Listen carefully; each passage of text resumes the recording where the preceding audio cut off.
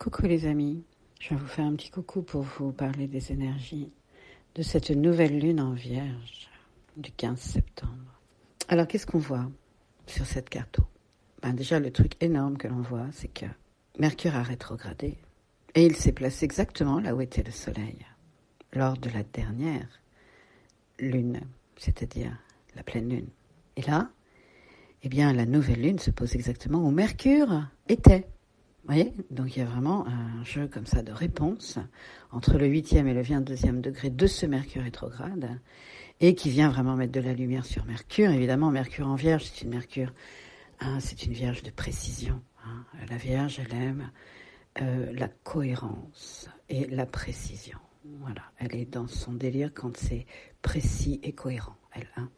Et quand finalement elle articule parfaitement une forme avec une pensée, et comme je l'ai dit plusieurs fois, et c'est Luc Biget qui le dit, elle l'a si bien fait articuler une forme avec une pensée qu'elle en a porté le Christ. Donc il y a une forme de cohérence et de cohésion et de précision et de perfection avec la Vierge sur lequel le Soleil et la Lune viennent se positionner maintenant au 22e degré pour démarrer donc à l'emplacement où était Mercure lors de la dernière lune, pour démarrer un nouveau cycle, puisque mes amis, nouvelle lune, c'est un nouveau cycle. Donc on démarre un nouveau cycle. Et Mercure, il va forcément nous parler aussi du Gémeaux, et figurez-vous que Mars était resté pendant 8 mois dans les signes du Gémeaux, du 8e degré au 25e degré. En 2022, il était rentré dans le signe du Gémeaux le 19 août, et il en est ressorti de cette zone du signe du Gémeaux 8 mois après quand même. D'accord ? Donc il a vraiment été extrêmement initié, ce Mars, dans le signe du Gémeaux, qui est gouverné par Mercure. Et qu'a-t-il appris, ce Mars-là ? Ce Mars-là, d'abord, il s'est placé dans des énergies de réception du monde d'en haut, du monde d'en bas. Parce que ce signe-là fait référence à Castor et Pollux, avec un jumeau qui est mortel, l'autre immortel, et celui qui est immortel demande à Zeus de prendre la place de son frère un jour sur deux dans le monde des enfers, de telle façon à ce que ce soit équitable. Et donc c'est une façon, on va dire, une invitation à aimer d'âme à âme. Et puis, c'est aussi tout un sujet sur le féminin, ce Mars qui est allé un peu s'imbiber des énergies du féminin, puisque ce Gémeaux, il nous parle aussi de la biche de Cérénie, qui est une biche qui est dans l'accueil. Lui, ça a été le plus long travail qu'il a eu à faire, Hercule, puisque les travaux d'Hercule représentent les 12 signes astrologiques. Et donc, dans ce signe de la biche, de ce travail de la biche de Cérénie, très long travail, ça a duré au moins 1 an pour lui, elle était à gauche qu'elle était déjà à droite, elle a des cornes d'or et dans les sous-bois des collines d'Artémis, elle va très vite. Et alors il voit des filets de lumière comme ça passer. Et un jour, il arrive à la capturer parce que elle se laisse capturer, elle s'est endormie au pied d'un arbre. Et sans qu'une seule goutte de sang ne perde, il arrive à passer une flèche à travers ses jarrets, la ligoter près de son cœur et la ramener à Eurysthée qui lui a demandé. Donc, cette biche de Cérénie nous dit aussi patience, douceur, accueil, et nous dit aussi par rapport au féminin que le féminin ne se laisse attraper que s'il sait qu'il ne va pas être blessé ou bien qu'il ne va pas blesser lui-même. Voilà ce que Mars a appris dans le signe du Gémeaux. Et voyez-vous, sur la carte, on voit bien que Vesta est à la toute fin. Alors j'ai rajouté sur cette carte, cette fois-ci, les astéroïdes, parce que je vous explique après, c'est par rapport à Vénus. Je me suis dit, allez hop, c'est le bon moment pour les rajouter. Je voulais pas trop charger la carte, mais en fait, c'est quand même super qu'ils soient là. Alors, nous voilà avec Vesta, qui est positionnée à la toute fin du signe du Gémeaux. Vesta, c'est le feu sacré. Et c'est un feu sacré qui appelle à l'harmonie. Alors, c'est une lumière d'harmonie avec Vesta. Le foyer, on pourrait dire, la flamme du foyer, la flamme de l'harmonie. Et Vesta vient se positionner à la toute fin, donc, du signe du Gémeaux, à ce moment-là. Et Mars, lui, il est dans un signe d'air aussi. Il est en avant, lui. Il est le premier, là, au démarrage de tout ça, puisque après, la dernière planète qui termine finalement ce grand mouvement, pour le moment, c'est Pluton. Toutes les planètes sont en train d'avancer. Elles étaient toutes dans un coin. Et puis, elles grignotent le terrain. Elles avancent. Et aujourd'hui, Mars est au 12e degré du signe de la Balance. Un Mars en Balance en natal, on se dit, tiens, pas très à l'aise ce Mars-là. D'accord? Parce que c'est un signe de vénusien, c'est un signe d'harmonie, alors d'équilibre, de justesse. On cherche la justesse avec la Balance. Et ce Mars-là, qui est en Balance, c'est un Mars à qui on a envie de dire quelque part que, ok, dans cette douceur de la Balance et cette justesse que cherche la Balance, il y a dans l'aspect ombre, on va dire, de la Balance, une conformité, une manière de ne pas faire de vagues, une manière de se laisser, de se noyer un peu dans la masse, de ne pas vouloir trop faire de vagues, et puis aussi de rentrer dans un tel compromis que des fois on se demande si ce n'est pas, de l'hypocrisie. On peut parfois se poser la question. Alors ce Mars-là, qu'est-ce qu'il nous raconte? En fait, il fait référence, puisque Vénus, c'est tout ce qui va approcher Aphrodite, va nous parler, tout ce qui approche dans la mythologie de Vénus nous parle des énergies ambiantes. Et on sait que le mari de Vénus, c'est Héphaïstos. Et Héphaïstos, lui, 9 années après sa naissance, puisqu'en fait sa mère l'a balancé du monde d'Olympe parce qu'elle le trouvait si laid qu'elle l'a balancé, il a été éduqué par d'autres. Et 9 années plus tard, il remonte parce qu'on apprend qu'en fait, il fait des super bijoux et des super armes pour les dieux, puisque c'est le forgeron. Lui, il fond la forme parce qu'il sait que la beauté, c'est vraiment la voie de l'artiste artisan. Il sait que la beauté est dans la matière même et pas seulement dans la forme. C'est dans la substance même de la matière qu'on va trouver la beauté. C'est d'ailleurs grandement le signe du Taureau, ce truc-là. Uranus qui vient nous dire, on va essayer de changer quelque chose dans le signe du Taureau qui veut tenir bon, qui veut rien changer bien souvent, ou qui a un besoin de stabilité. Uranus, lui, il dit, il va falloir qu'on change quelque chose à l'intérieur de cette matière-là, si on prend le Taureau sur cette idée-là. Et en fait, donc, Héphaïstos monte en haut du mont Olympe et il assiste à une dispute entre Zeus et Héra, et il prend le parti de sa mère contre son père. Zeus furieux le balance du mont Olympe, et le voilà qui se pète les 2 pieds. Et Héphaïstos, c'est le dieu boiteux. C'est le dieu boiteux de l'Olympe. Alors qu'est-ce qui se passe pas mal de fois quand on a le signe de la Balance qui est comme ça mis à l'honneur avec Mars? Eh bien, c'est que il y a quelque chose parce qu'il va fuir le conflit ensuite, ce Héphaïstos évidemment.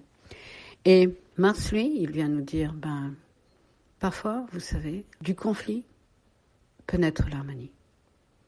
Parfois, il faut y aller au conflit. Pas forcément, alors évidemment, c'est pas forcément, c'est carrément pas du tout en mode guerrier, en mode je vais tous vous défoncer et tout, c'est pas ça l'idée. Non, l'idée avec ce Mars-là en Balance, c'est une idée de d'accueil de ce féminin qui ne veut pas être blessé ou qui ne veut pas blesser, mais qui doit dire. Parce que du conflit peut naître l'harmonie. Ça, c'est important de se le rappeler. Alors, Vénus gère le signe de la Balance, et Vénus gère aussi le signe du Taureau. Et dans le signe du Taureau, voyez-vous, Jupiter est devenu rétrograde depuis la dernière lune. Et ce Jupiter-là, il est exactement dans la zone de rétrogradation qu'avait faite Mercure lors de sa dernière rétrogradation. Ce qui est quand même assez dingue. À 1 degré près. Du 15e au 5e degré, Jupiter, là. Ou du 15 au 16, j'en sais rien, je me souviens pas par rapport à Mercure, mais on est exactement, donc il y a un rappel comme ça très fort.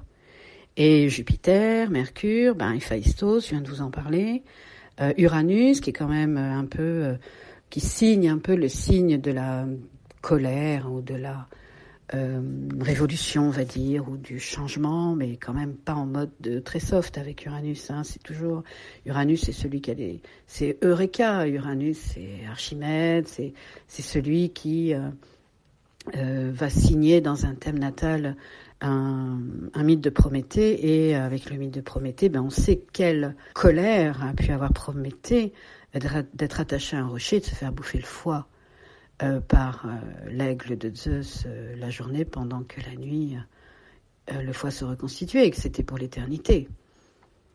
Je crois que c'est Hercule qui l'en a sorti. Je ne sais plus très bien, il faudrait que j'aille réviser mon truc.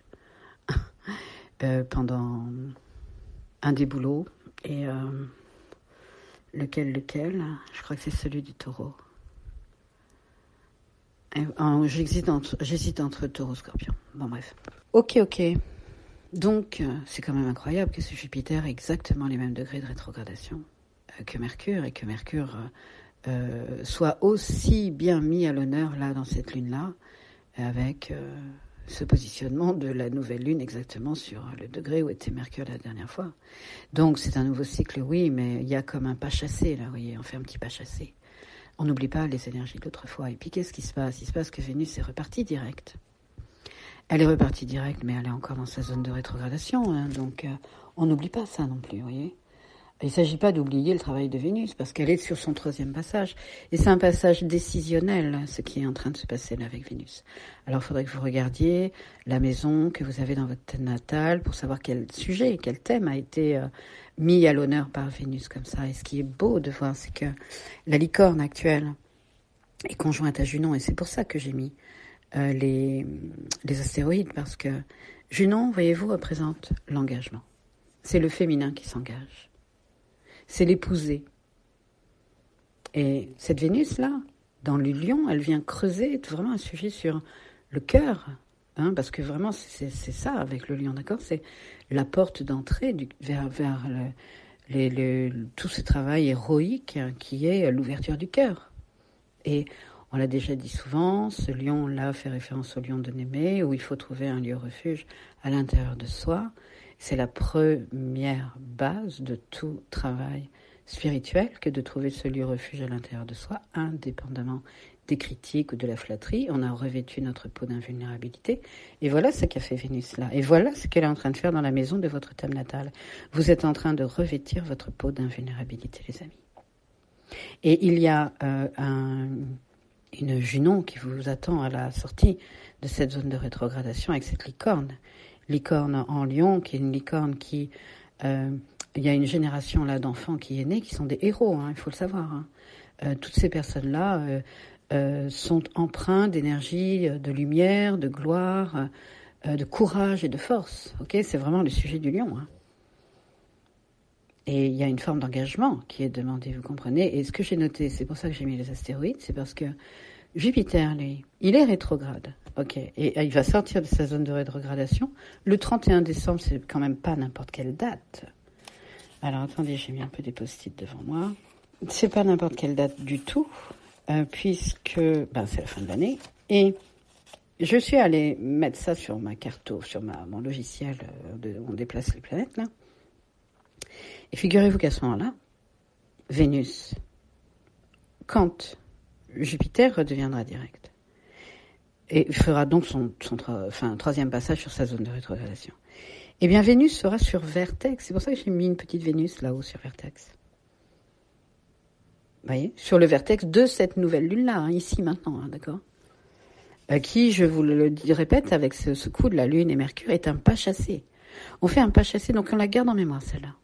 On ne va pas l'oublier, cette nouvelle lune-là du 15 septembre. Nouveau cycle. Nouveau cycle, mais j'ai envie de vous dire, quasiment jusqu'au 31 décembre. Pourquoi ? Mais parce que Vénus, justement, est repartie direct, elle est dans sa zone de rétrogradation, et qu'au 31 décembre, Vénus ira, quand Jupiter va repartir direct, il y a un tel ping-pong dans ce truc, Vénus, elle sera sur Vertex, et Vertex, c'est les rendez-vous prédestinés. Alors, un rendez-vous prédestiné, ça peut être une école de pensée, ça peut être quelqu'un, ça peut être, j'ai envie de vous dire, une famille d'âmes, ça peut être la rencontre de quelqu'un qui va avoir beaucoup d'importance dans votre vie. Et cette Vénus-là, elle nous donne rendez-vous. Et rendez-vous, j'ai envie de vous dire, avec tout ce travail sur le féminin qu'on est allé chercher dans le signe du Gémeaux. C'est vraiment un rendez-vous. C'est qu'est-ce que un Mars qui accepte une forme de conflit, ok, pour aller jusqu'à l'harmonie, parce que on peut pas feinter non plus, on peut pas faire l'air de rien.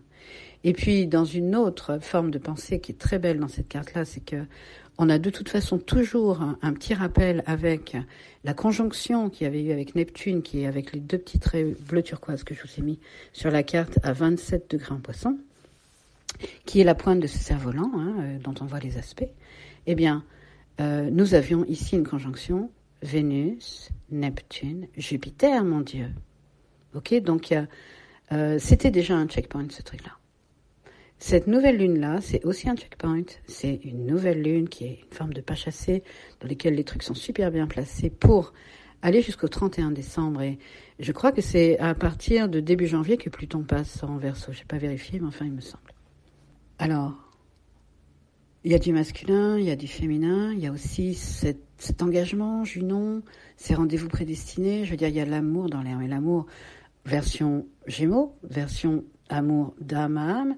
Et puis, il y a aussi l'amour entre l'homme et la femme, vous voyez. Ça aussi, on a envie de le mettre en valeur dans cette carte-là, parce que il y a le féminin, le masculin de façon générale, oui, mais il y a aussi cette beauté qui est la relation d'homme, de femme à homme, et de cette complémentarité qui est dans cette société un petit peu mise à mal, il faut le dire quand même, hein. Et moi, je trouve ça très bien qu'il y ait des gens qui fassent non pas des gay pride, mais aussi des manifestations pour valoriser, comment dire, le couple, la relation homme-femme, la beauté de la famille, et qu'on soit pas toujours dans cette espèce de perte d'identité. Je veux dire que il y a des personnes pour qui c'est le sujet, on est d'accord, mais que ce sujet-là soit imposé à un ensemble, parce qu'une minorité, il va falloir faire des règles pour répondre à une minorité. Bon, je m'arrête sur le sujet, mais franchement, ça me saoule.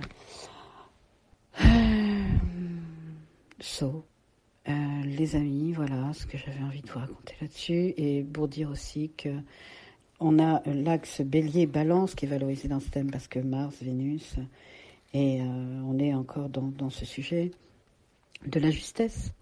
De la justesse entre le fait d'être effacé et le fait d'être actif, entre le fait de se taire et le fait de parler, entre le fait de ne pas vouloir faire de vagues et le fait de devoir faire des vagues. Vous voyez ? Et quand on regarde les aspects à l'intérieur, on a ce cerf-volant magnifique qui est une forme parfaite. Et puis on a envie de dire, le cerf-volant, mon Dieu, ça fait rêver quand même. Surtout que les pointes du cerf-volant, c'est pas n'importe lesquelles si vous regardez bien. Et il y a une forme de rebond sur le 20e degré que j'ai mis en valeur, qui est le point jaune de la carte, qui fait référence à un positionnement où Vénus, nouvelle lune, pleine lune, Mercure, je ne sais plus, mais ce point-là avait été mis en valeur plusieurs fois, et aujourd'hui, oui, il y a ce cerf-volant magnifique, il y a cette opposition nouvelle lune, Neptune, dont j'ai déjà parlé, et puis il y a cette forme de rebond qui se fait entre le carré que forment Jupiter, Uranus et Vénus, jusqu'à Mars, un joli rebond. Mars, lui, il cherche à s'organiser avec Vénus, et puis Vénus, elle sait que Uranus et Jupiter travaillent à modifier une valeur, cette valeur dans le signe du Lion, qui est ce lieu refuge déjà à l'intérieur de soi. Je veux dire, c'est en soi que la tranquillité se trouve, et c'est ce calme qui est la base de toute élévation spirituelle. Eh bien, ce calme-là, vous ne le trouverez pas à l'extérieur de vous-même. Et pour ça, il va falloir s'ancrer dans ce calme-là pour vivre justement les événements extérieurs, et notamment s'il faut y aller au conflit, mes amis. Voilà, c'est ce que je voulais vous dire. Et peut-être que je vais finir par ce 31 décembre, où cette Vénus sera à l'emplacement de Vertex actuellement. Ça se passera en Sagittaire, et le Sagittaire, lui, c'est vrai qu'il doit souvent changer, sortir de ses sillons de pensée, chercher à penser autrement, à comprendre que les autres points de vue sont tout aussi valables que le sien, et surtout il nourrit une foi magnifique, ce Sagittaire, et c'est ce que je vous invite aussi à faire. Je vous embrasse, les amis, je vous souhaite super nouvelle lune, et je vous dis